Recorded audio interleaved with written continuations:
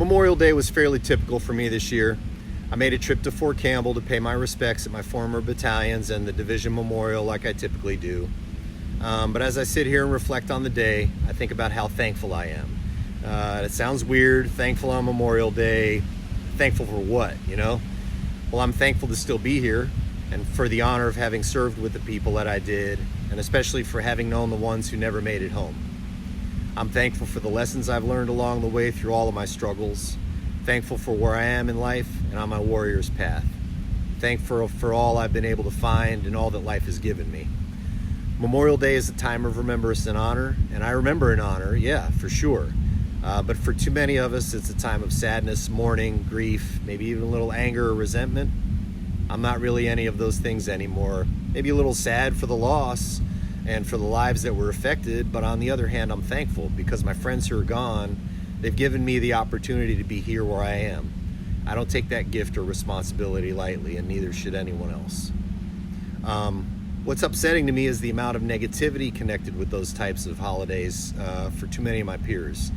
I see lots of things on social media, and I'm sad to say that the overwhelming majority of stuff is negative.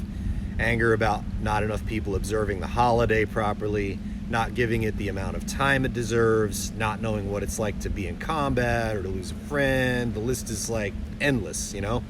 I can't help but think, damn, people say one thing about their lost buddies and then 5 things that are negative and full of anger, completely unrelated to remembering buddies. Who's really the one not giving enough attention here? Memorial Day, it's not something to waste being angry. Surviving and returning home, it's not a curse or a punishment. It's a gift. It's something we should grab and do something with because our friends who didn't come home wouldn't expect anything less from us. I'm sure if they're watching over us, they aren't doing so with anger for living, for being here with our families, or for trying to gather up the pieces and put them back together and trying to make something of them. We're continuing the mission, right? So why do we waste this precious gift being focused on this BS? We all talk about the brotherhood and sisterhood of war, how it's a more powerful thing than almost anything on this earth. We talk about doing anything for each other and for sacrificing for each other so that the other person can survive or succeed in something. So why do we think surviving and coming home should be filled with anger, suffering, shame, or anything like that? Why do we waste so much time and energy on being pissed at the world about any little bullshit excuse to be outraged? We don't focus on making our lives better or helping other vets or family members. Instead, we spend all of that time being bent out of shape about whatever bullshit. We don't dishonor our buddies by living our lives and succeeding. We dishonor them and their memory by being stuck in this misery that so many of us are mired in. Their memory, their presence in our lives, even though it was too brief, is something that they graced us with. We should accept that grace, that blessing and gift. Accept it and take it and do something positive and productive with it. I didn't wake up the day after I retired from the Army and suddenly realize this magically. I struggled for a long time, and that's no secret. I struggled and suffered with those memories and the guilt and the negative feelings about civilians and myself for a very long time. So I'm by no means saying we should suddenly be able to change how we feel and flip a switch and be done.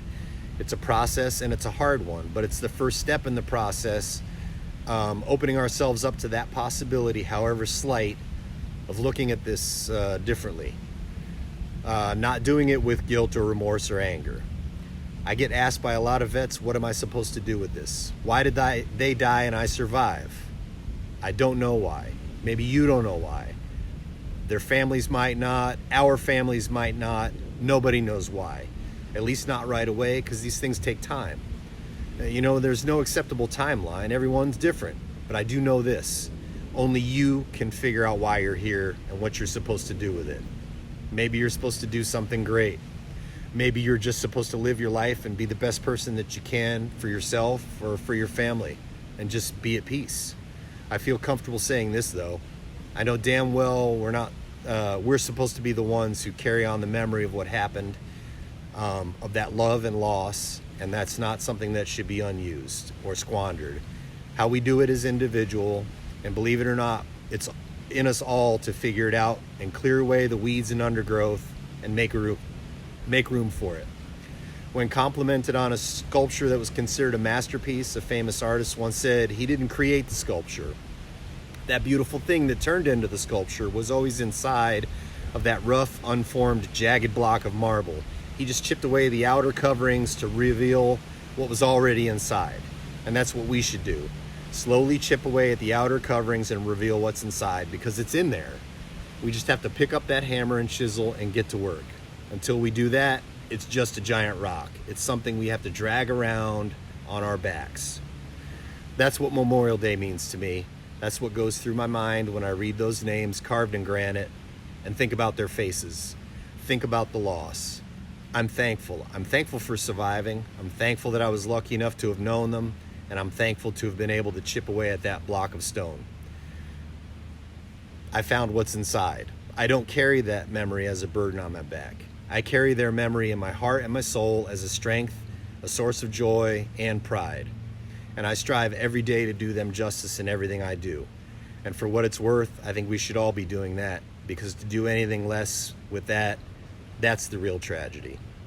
I've been there, I get it. If you're ready to start chipping away at that rock to see what's in there waiting for you, or you're not even sure how to get started in the first place, give me a shout at don@warrioreldercounseling.com. We'll figure it out together.